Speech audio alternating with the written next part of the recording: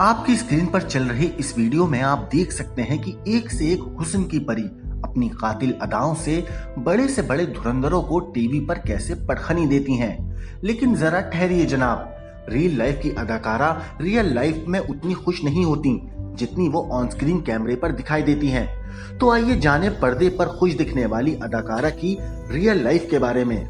इस कड़ी में सबसे पहले नाम आता है कसौटी जिंदगी की फेम एक्ट्रेस श्वेता तिवारी का। लोग शादीशुदा तो ताने देते हैं और कितनी बार करोगी शादी। इंतहा हर घड़ी से लेकर कसौटी जिंदगी तक का सफर तय करने वाली टीवी एक्ट्रेस श्वेता तिवारी किसी पहचान की मोहताज नहीं है, लेकिन ये अपनी निजी जिंदगी की वजह से काफी सुर्खियों में रही हैं। कभी शादी तो कभी पति। आपको बता दें कि श्वेता ने महज 18 साल की उम्र में राजा चौधरी से शादी की थी। इनकी ये शादी जैसे तैसे 9 सालों तक चली और फिर दोनों में दरारें आने लगीं और बात इस कदर बढ़ गई कि दोनों कोर्ट तक जा पहुंचे। दरअसल श्वेता ने राजा पर डोमेस्टिक वायलेंस को लेकर पुलिस में शिकायत की थी और साथ ही आरोप लगाया था कि उन्हें मेंटली और फिजिकली रूप से टॉर्चर करते थे, जिसके बाद दोनों ने जल्द ही तलाक ले लिया। इसके बाद श्वेता ने साल 2013 में अभिनव कोहली से शादी रचाई, लेकिन ये शादी भी ज्यादा दिनों तक नहीं चल सकी। सोशल मीडिया के जरिए दोनों के बीच तकरार की बातें सामने आने लगीं। तभी श्वेता ने एक बार फिर अपने दूसरे पति के खिलाफ पुलिस में शिकायत कर दी, जिसके मुताबिक उनके पति उन्हें असॉल्ट करते थे और मेंटली टॉर्चर करते थे, जिससे वो तंग आकर पुलिस के पास चली गई थीं। अब बात करते हैं ये रिश्ता क्या कहलाता है कि फेम दिव्या भटनागर की। वो दर्द को इस कदर झेल रही थी कि भगवान से भी नहीं देखा गया और उन्होंने उसे अपने पास हमेशा हमेशा के लिए बुला लिया। हालांकि कोरोना की वजह से ये रिश्ता क्या कहलाता है कि फेम दिव्या भटनागर की जान चली गई, लेकिन उनकी रूह तो बहुत पहले ही मर चुकी थी। अगर कुछ बचा था तो बस उनका शरीर, जो जल्द ही उन्होंने त्याग दिया। आपको बता दें कि मौत से कुछ दिन पहले ही दिव्या ने एक चिट्ठी में अपना दर्द बयां किया था, जिसमें उन्होंने अपने साथ हुए टॉर्चर की पूरी कहानी लिखी थी। दरअसल दिव्या भटनागर की मौत के बाद उनके भाई देवाशीष ने मीडिया के सामने आकर कुछ खुलासा किया था। दिव्या के भाई के मुताबिक दिव्या अपने पति गगन से अलग रह रही थीं और शादी के कुछ वक्त बाद ही गगन दिव्या को शारीरिक और मानसिक तौर पर प्रताड़ित करने लगे थे। साथ ही बताया था कि गगन उनकी बहन के साथ मारपीट करते थे। हालांकि घरेलू हिंसा के बाद दिव्या ने पुलिस की मदद भी ली थी, जिसके बाद गगन के खिलाफ पुलिस में एनसी फाइल कर दी गई थी। आपको बता दें कि लीड एक्ट्रेस दिव्या की मां ने पहले ही बताया था कि दिव्या अपनी शादी से बिल्कुल खुश नहीं थी। इस लिस्ट में तीसरे नंबर पर आती हैं डिम्पी गांगुली। राहुल दुल्हनिया ले जाएंगे से फेम पाने वाली एक्ट्रेस आखिर कौन है डिम्पी गांगुली और कैसे हुई थी राहुल महाजन से शादी और क्या वजह बनी इनकी तलाक की। आपको बता दें कि रियलिटी शो राहुल का स्वयंवर में राहुल महाजन और डिम्पी ने शादी की थी, लेकिन ये शादी ज्यादा दिनों तक टिक नहीं पाई और जल्द ही दोनों में तकरार आने के बाद तलाक हो गया। दरअसल डिम्पी का आरोप था कि राहुल उनके साथ मारपीट करते और वो उन्हें मेंटली भी बहुत टॉर्चर करते थे।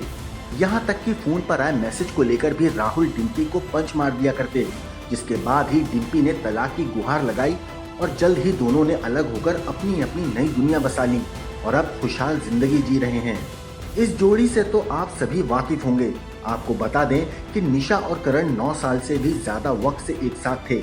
हालांकि दोनों खुशहाल जिंदगी जी रहे थे, लेकिन ना जाने किसकी ऐसी गंदी नजर लगी कि ये रिश्ता तरबितर हो गया। दरअसल साल 2021 में टीवी एक्ट्रेस निशा ने अपने पति करण पर फिजिकल असॉल्ट का आरोप लगाया था। निशा ने करण पर मारपीट का आरोप लगाते हुए उनका घर भी छोड़ दिया था। निशा के मुताबिक करण और उनका पूरा परिवार उनके साथ बुरा व्यवहार करते थे। साथ ही निशा ने पति पर आरोप लगाया था कि करण का अफेयर किसी और लड़की के साथ चल रहा है, जिसके बाद पुलिस ने करण को गिरफ्तार भी किया था। आपको बता दें कि करण मेहरा कुछ घंटे जेल में रहने के बाद जमानत पर बाहर आ गए थे। हालांकि अपनी जमानत के बाद करण ने निशा द्वारा लगाए आरोपों का खंडन किया था। वहीं एक इंटरव्यू में करण ने निशा के एक्स्ट्रा मैरिटल अफेयर के बारे में कहा था और निशा पर आरोप लगाया था कि कोई लड़का तकरीबन 11 महीने से निशा के साथ उसके घर में रह रहा था, जिसके साथ निशा का अफेयर भी था। करण मेहरा ने आगे बताया था कि वो हर हाल में निशा की बेवफाई साबित करेंगे। साथ ही अपनी पत्नी पर आरोप लगाया था कि निशा ने उनसे उनका बेटा छीन लिया, उनके 20 साल के करियर पर कीचड़ उछाल दी। इस सब से उन्हें बहुत तकलीफ हुई है। बताते चले कि करण ने ये भी खुलासा किया कि उन्होंने निशा का साथ देने वाले उनके 3 दोस्त पर मानहानि का मुकदमा दर्ज करवा दिया है। करण के मुताबिक ये कदम उठाना बेहद जरूरी था, क्योंकि जब निशा कुछ गलत कर रही थी तब उनके दोस्तों ने भी उनका भरपूर साथ दिया था, जो बिल्कुल भी सही नहीं था। इस लिस्ट में आखिरी पायदान पर आती हैं सुरभि तिवारी। चेहरे पर मुस्कान लिए, कभी दिया बाती तो कभी धड़कन की धुन सुनाने वाली शगुन की लाइफ के बारे में सुनेंगे तो आप भी चौंक जाएंगे।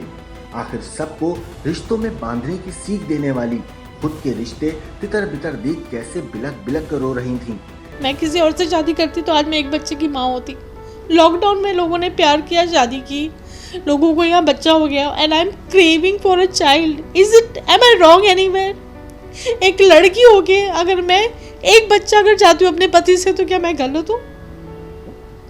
तो वो माँ बनने का जो सुख होता है ना, मुझे उसी से उन लोगों ने, जहाँ रिस्पेक्ट नहीं है ना, पहाड़ में जाए, नहीं जाना है।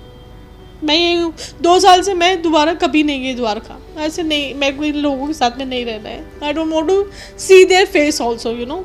इतना तक कि सब कुछ होते हुए भी खुद को बेसहारा और मजबूर समझ रिश्ते बचा रही थीं, लेकिन नर्क के जीने से तो बेहतर है अकेली शेरनी बन दहाड़ना। Bureau report, crime.